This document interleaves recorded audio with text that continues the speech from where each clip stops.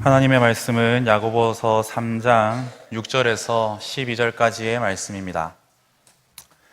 야고보서 3장 6절에서 12절까지의 말씀입니다.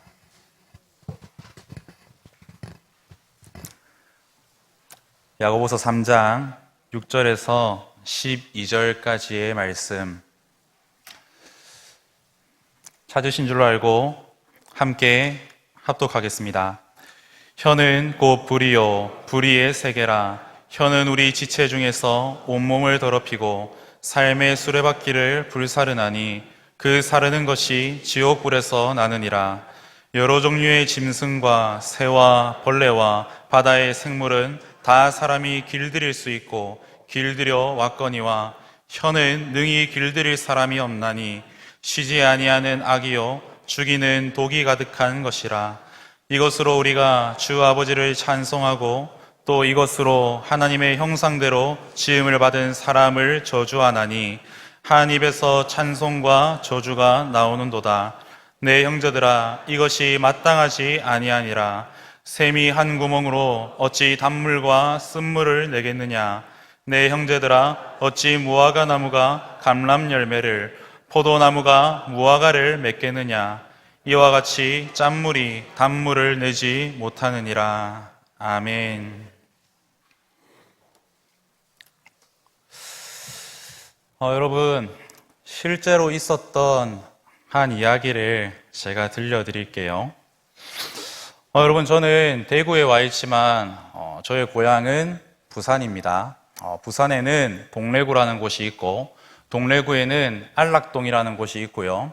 그 안락동이라는 곳에는 명장도서관이라는 곳이 있는데 거기서 1분 거리가 저희 집이고 또 거기서 조금만 더 가면은 산놀이터라고 불리는 곳, 지금은 안락 꿈돌이 공원이라고 불리는 그런 놀이터가 있습니다. 근데 여기서 아주 오래전에 한 10몇 년 전에 초등학생 2명이 이 놀이터에서 불장난을 한 겁니다. 하필 근데 계절이 가을이었습니다. 이 두 친구가 깡통과 라이터를 줍더니 깡통에 이제 풀을 놓고 거기에 라이터 칙칙 해서 불을 붙이는 그런 행동을 한 거죠.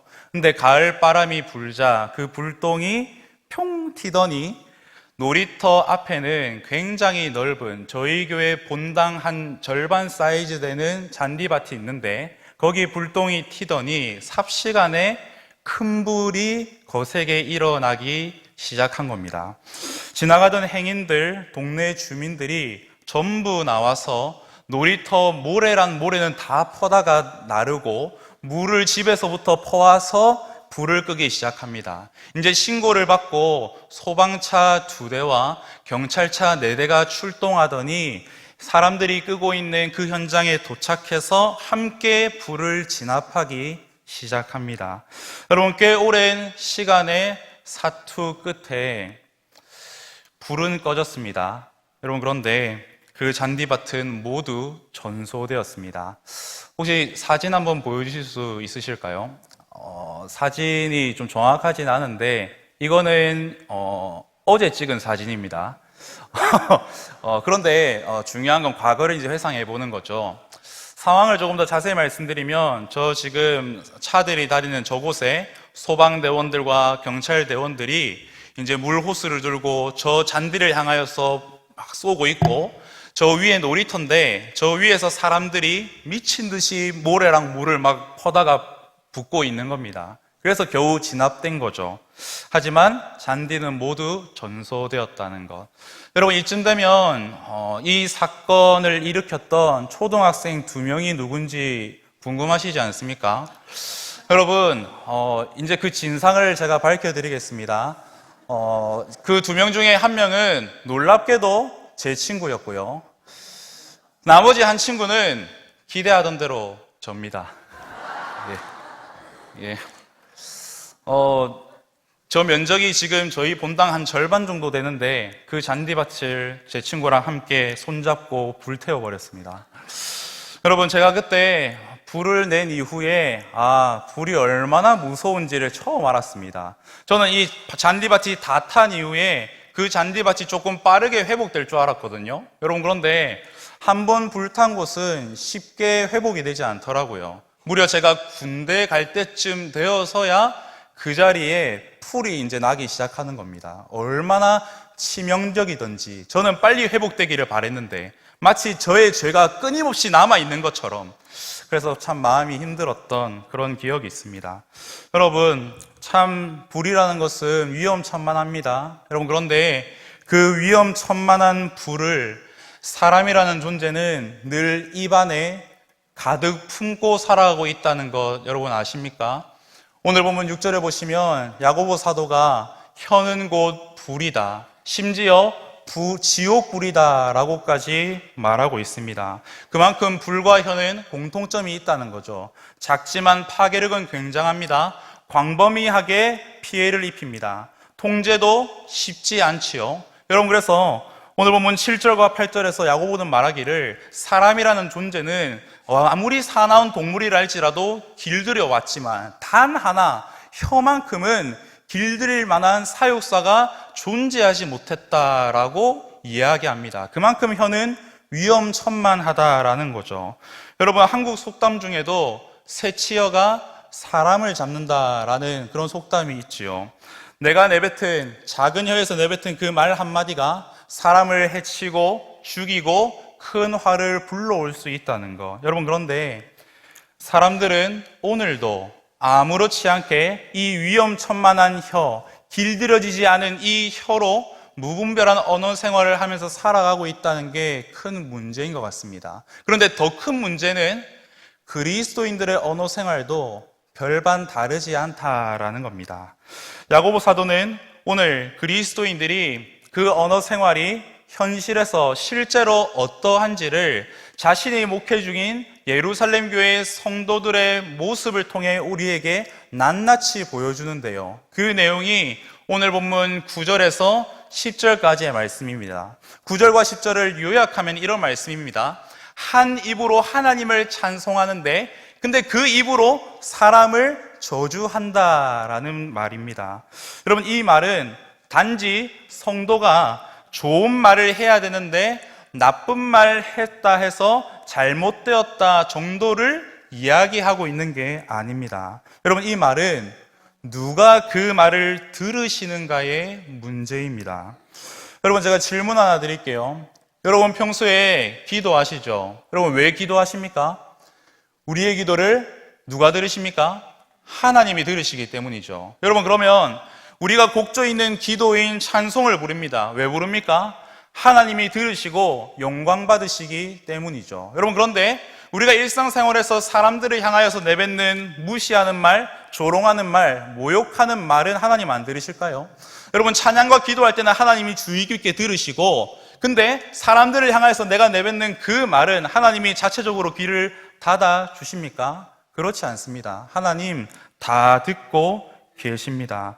여러분, 그래서 9절 끝에 보시면 야고보가 말하길 사람을 저주하나니라고 말하는데 그 앞에 보시면 굉장히 의미심장한 한 문장을 덧붙이고 있습니다. 바로 하나님의 형상대로 지음을 받은 사람이라는 말입니다. 여러분, 이거는 단지 그 사람을 저주하고 모욕했다라는 말을 넘어서서 그 사람을 지으신 하나님까지도 모욕하고 무시하고 조롱했다는 말이고, 그 말은 더 나아가서 그 말을 하나님이 들으신다라는 말입니다. 여러분, 마태복음 12장 36, 37절에 이렇게 예수님이 말씀하십니다.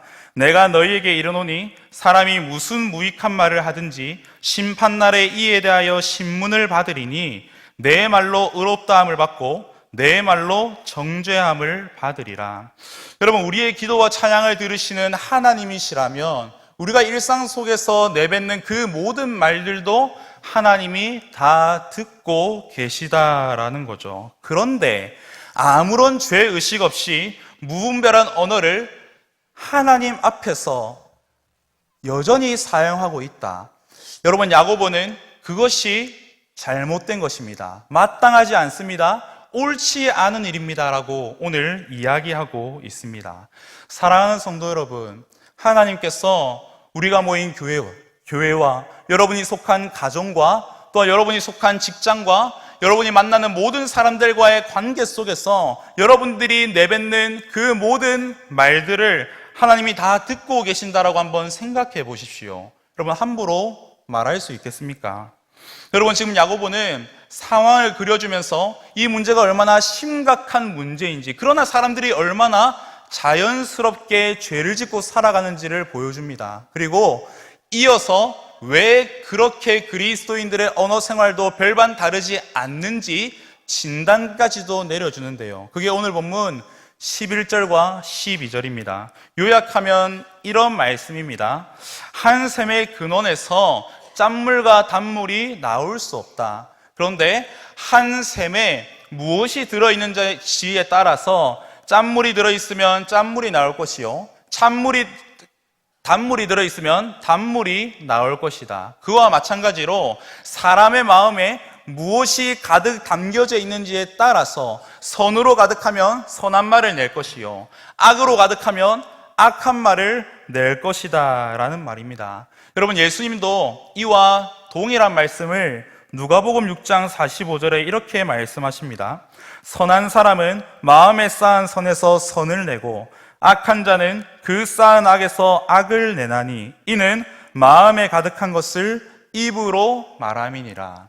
여러분, 예수님과 야고보 사도의 원리대로라면 우리의 마음 가운데 분노가 가득하다면 분노의 말이 나올 것이고, 우리의 마음 가운데 시기와 질투로 가득하다면 그러한 말이 동일하게 나올 수밖에 없다는 거죠.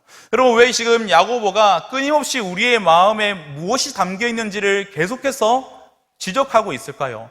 궁극적인 질문을 날리기 위함입니다. 여러분의 마음 가운데 그리스도로 가득하십니까? 라고 묻는 거죠. 사랑하는 성도 여러분, 저도 오늘 이 야고보의 질문을 이 자리에 계신 여러분들께 동일하게 드려보고 싶습니다. 여러분의 마음에 무엇으로 가득 차 있습니까? 여러분의 마음 가운데 예수 그리스도로 가득 차 있으십니까? 여러분, 사람은 그 마음에 무엇이 있는지에 따라서 그 무언가의 말과 행동이 통제를 받고 다스림을 받게 되어 있습니다. 여러분은 누구의 통제와 다스림을 받고 계십니까? 저는 이 자리에 있는 대구 성산교회 모든 성도님들의 그 마음 속에 제발 부디 예수 그리스도로 충만하시기를 간절히 소망합니다. 여러분 속에 충만하신 예수 그리스도께서 여러분의 말과 행동을 통제해 주시고 여러분의 언어를 다스려 주시기를 원합니다.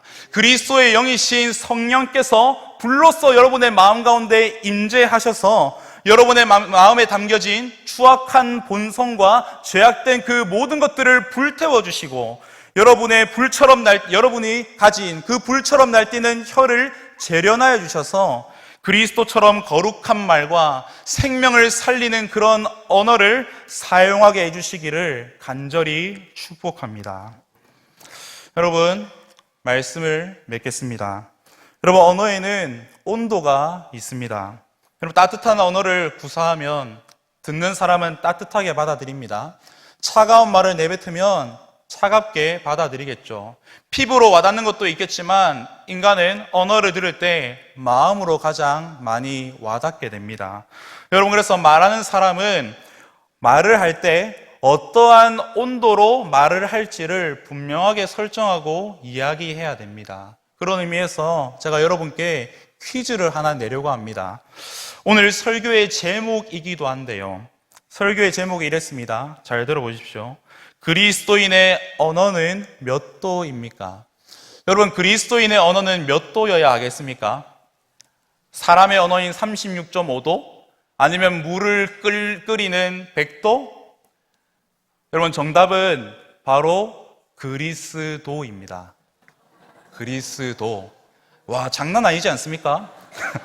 여러분, 그리스도인의 언어는 그리스도로 설정되어져 있어야 됩니다. 다시 한번요. 그리스도인의 언어는 그리스도라는 온도로 항상 매일, 매 시간, 매분, 매 초마다 설정되어져 있어야 됩니다. 여러분, 그럴 때만이 우리가 그 그리스도의 온전한 통제와 다스림 속에서 우리가 무분별한 말을 사용하지 않고 아름다운 언어를 사용할 수 있게 되는 것이죠.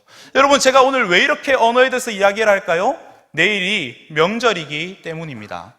여러분, 명절은요, 가장 많은 말이 오가는 그런 시간입니다. 그런데 동시에 그 많은 말들로 인하여서 가장 많이 상처 입는 그런 시간이기도 합니다.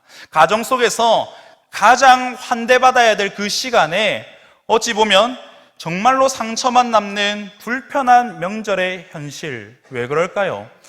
그 순간 속에 오래 참아왔던 말, 분노, 비교, 여러 가지 갈등, 끊임없이 못다했던 그 말들이 한꺼번에 이 명절 기간에 쏟아져 나오기 때문이지 않겠습니까? 여러분, 이 명절 기간에 여러분이 하는 말이 여러분의 마음에 무엇이 담겨 있는지를 보여줄 것입니다. 여러분, 그때 점검하셔야 됩니다. 내 안에 그리스도가 계시지 않는구나. 여러분, 근데 만약에 여러분의 마음 가운데 그리스도로 가득하다면 어떻게 되겠습니까? 그리스도의 따스한 언어가 한 영혼을 살리고 변화시키는 그런 일들을 이뤄갈 수 있지 않겠습니까? 여러분, 사도 바울은 골로새서 4장 6절에 이렇게 말합니다. 너희 말을 항상 은혜 가운데서 소금으로 맛을 냄과 같이 하라. 아멘. 여러분, 명절에 음식에 맛내시느라 여러 가지 고민 많이 하시죠?